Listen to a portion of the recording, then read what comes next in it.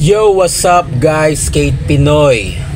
Actually guys, hindi ako Skate Pinoy, aminin ko na. Ako si Troy Salabat. Nagre-review ako ng video, no? Kilala nyo naman ako, di ba, si Troy Salabat. Nagre-review ako ng video ng mga joke lang. Idol yan si Troy Balatbat. Shoutout kay Troy Balatbat, sobrang idol. Ang totoo kong pangalan guys ay totoo talaga, promise Keymar Patricio. Ang totoo kong pangalan, inuulit ko, Keymar Patricio. Sa mga nagtataka, kung na kayo magtaka yun ng pangalan ko, Keymar Patricio. So, may nakita lang akong video guys.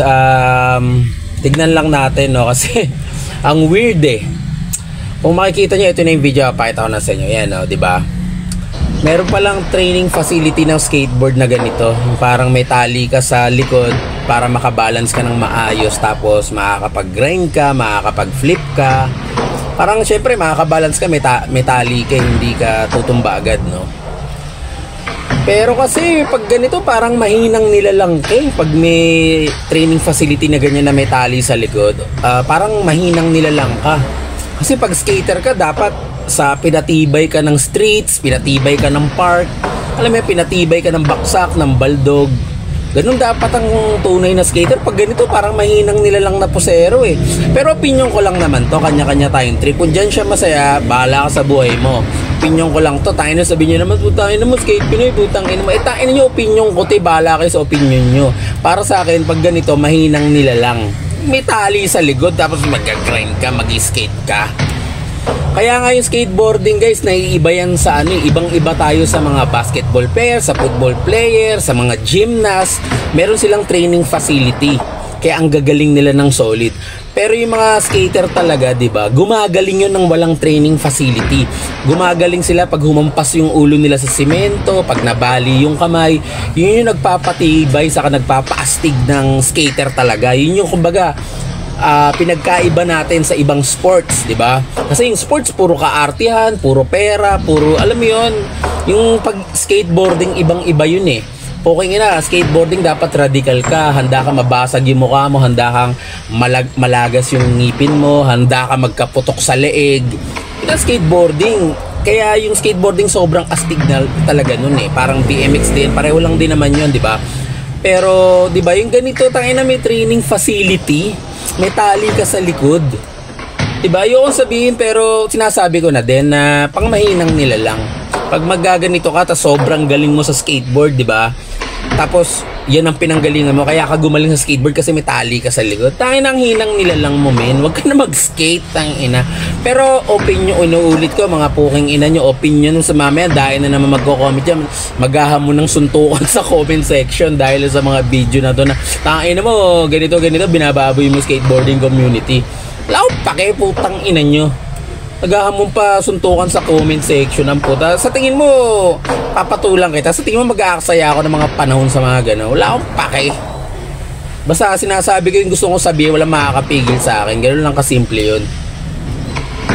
Kung opinion mo, opinion yan. Nire-respeto ko yan. Kung yung sa tingin nyo ito, nakakatulong. Kanya-kanyang trip tayo. Kung nakakatulong sa'yo ito sa pagkatao mo, okay, the best. Gawin mo yan. Pero opinion ko lang naman, diba? Tangina may tali kasi likod, nag-grind ka. Tangina nga, mahinang nilalang ka man. Napakahinang nilalang mo kung ganito lang gagawin mo. Eto na lang nga yung pagiging iba natin sa sports yung mga bagok-bagok, yung talagang street style natin, yung talagang pinalaki tayo sa street, pinalakas tayo sa street. Tapos training facility na may tali sa likod. Pero inuulit ko guys yun lang ay aking opinion lamang. May kanya-kanya tayong opinion, nire-respeto ko lahat ng opinion nyo, diba? Kung di nyo respetuhin yung opinion ko, okay lang naman, wala nang pake. Nakakatawa lang kasi putangin ng mga video ganito, may nag-aamon pa ng suntukan sa comment section. Diba? Sobrang bobo. Kaya nung pinapatulan mo yung mga video na ganito, kung ayaw mo ng mga video ganito, i-block mo, diba? I-block mo. Block mo, tapos report mo, diba? Nag-aamon suntukan, tangin mo nakakatamad. Diba, sasakit yung katawan ko makipagsuntukan. Ano ba mapapala ako pag makipagsuntukan ako, diba? Gagawa ng video ganito, walang makakapigil sa akin, diba? Kahit anong sabihin nyo. Pero yun lang, opinion ko lang yun. So, Para sa akin, pang mahinang nila lang tumitali sa likod.